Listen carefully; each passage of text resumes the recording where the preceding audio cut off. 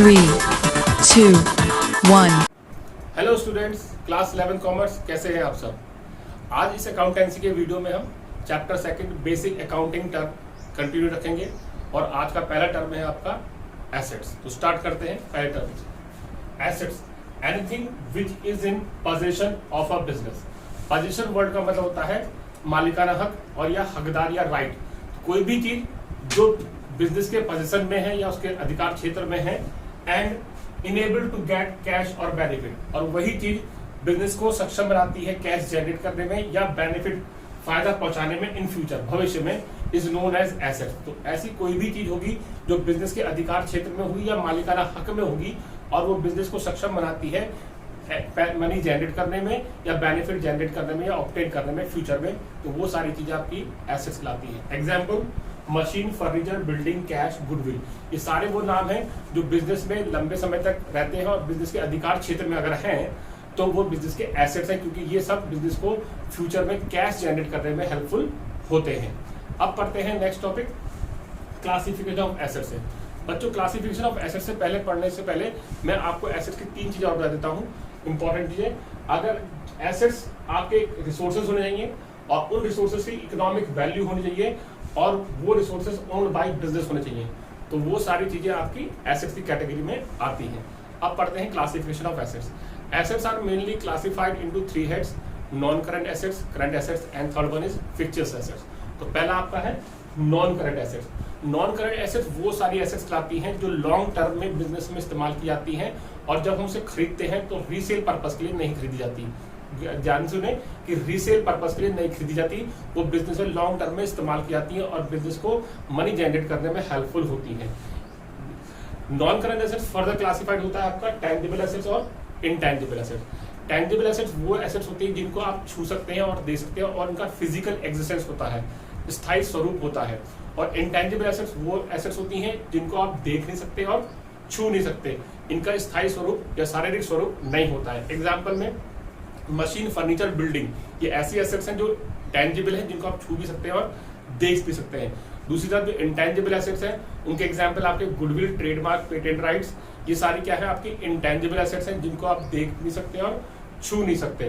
तो ये ऐसी एसेट्स हैं जो आपके बिजनेस में हमेशा काम करती है, लंबे समय तक काम करती हैं और आपको मनी और कैश जनरेट करने में हेल्पफुल भी होती हैं। जैसे एग्जांपल के तौर पर गुडविल है। गुडविल बच्चों होता है नेम एंड फेम या रेपुटेशन की वैल्यू। जिस स्थान पर या जिस प्लेस पर आपका बिजनेस है तो उस प्लेस की वैल्यू जो होगी वो आपके बिजनेस के गुडविल के साथ जुड़ी होगी, तो वो आपके बिजनेस को मनी जनरेट करने में हेल्पफुल होती है। सेकंड क्लासिफिकेशन पढ़ते हैं बच्चों, करंट एसेट्स। करंट एसेट्स वो एसेट्स होती हैं जो विद इन 1 ईयर कैश में कन्वर्ट होती हैं, विद इन 1 ईयर कैश में कन्वर्ट होती हैं और इनको हम शॉर्ट लाइफ एसेट्स और एक्टिव एसेट्स भी बोलते हैं। एक्टिव एसेट्स इसलिए होती हैं क्योंकि यही आपकी बिजनेस के अंदर फ्लो रहती है, ये कंटिन्यूस फ्लो में बनी रहती है। आप उन्हें खरीदते भी और फिर बेचते भी, लगातार बेचते रहते हैं और खरीदते भी रहते हैं, तो इसलिए ये एक्टिव एसेट्स को भी इनको बोला जाता है या शॉर्ट लाइफ एसेट।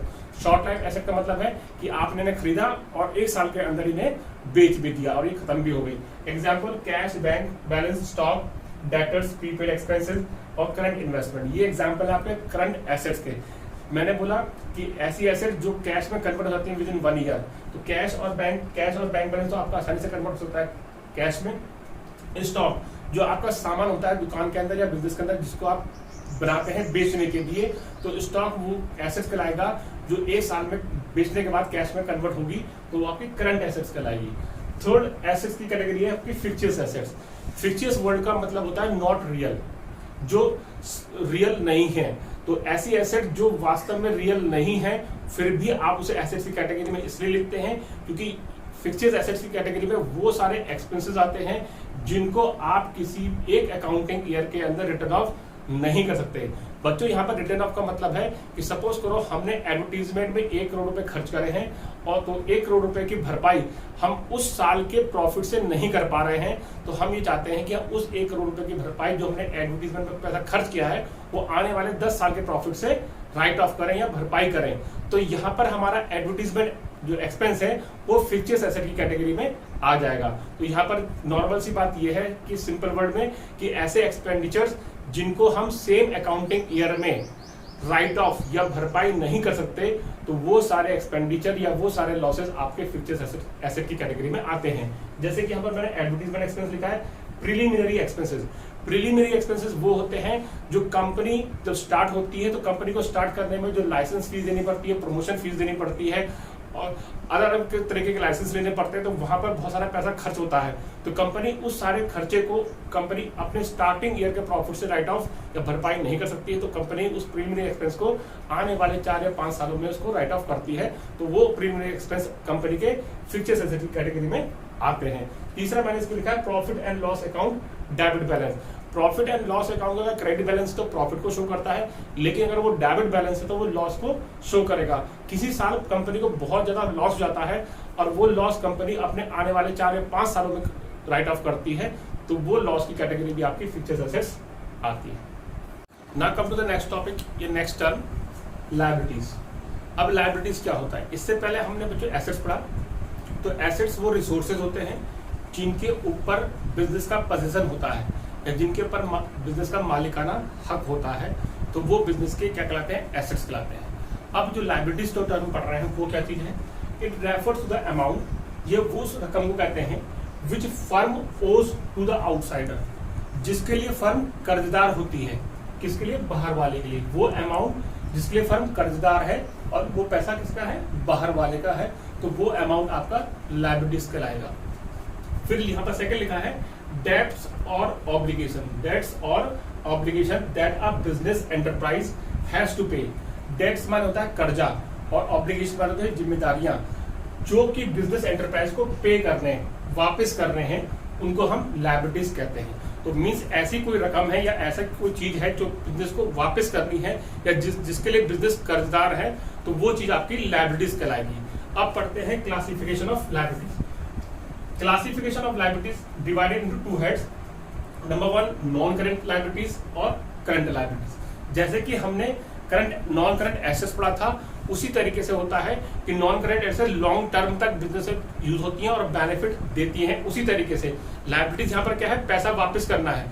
तो ऐसी लायबिलिटीज जो आपको लॉन्ग टर्म में वापस करनी है, मींस लंबे समय बाद वापस करनी है, तो वो कहलाएंगी आपकी लॉन्ग नॉन करंट लायबिलिटीज। उनके एग्जाम्पल है लोन टेकन फ्रॉम बैंक। अगर आप बैंक से लोन लेते हैं तो जनरली लोन आप 5 साल 10 साल या 15 साल के लिए जाता है, तो वो लोन का अमाउंट जो आपको वापस करना है 10 साल बाद, तो वो लोन का अमाउंट आपका नॉन करंट लायबिलिटीज कहलाएगा।